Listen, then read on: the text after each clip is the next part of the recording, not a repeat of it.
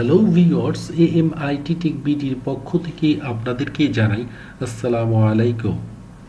আজকে আপনাদের সামনে আমি আবারও নতুন একটি ভিডিও নিয়ে চলে আসলাম।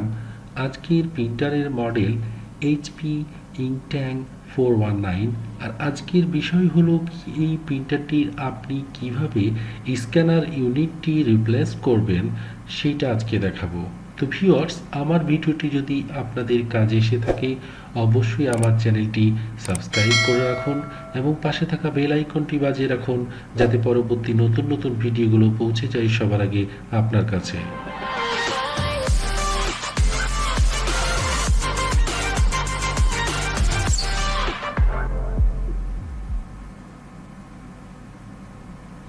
স্ক্যানারটি আপনার রিপ্লেস করার জন্য 4টি স্ক্রু আপনাকে রিমুভ করতে হবে। সামনের আপনার ডোরটি ওপেন করে সামনে দুটো স্ক্রু এবং পিছনের স্ক্যানার ইউনিটের নিচে 2টি স্ক্রু আছে, আমরা স্ক্রুগুলো রিমুভ করে ফেলব।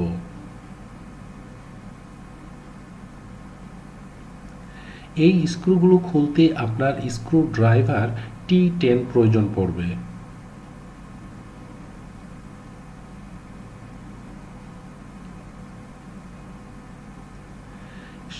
স্ক্যানারটি উঠানোর সময় আমরা পিছন দিকটা একটি তোলার পরে আমরা সামনের দিকটি ছুটিয়ে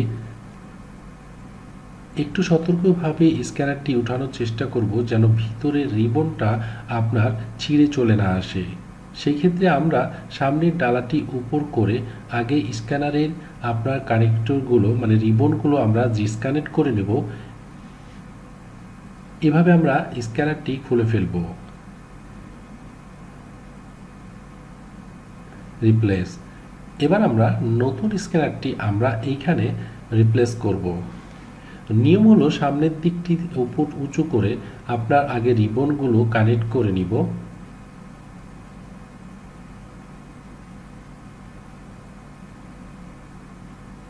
তারপর স্ক্যানারটি বসিয়ে পিছন সাইডটা জাস্ট একটু তুললেই সামনের দিকটি লক সেট হয়ে যাবে।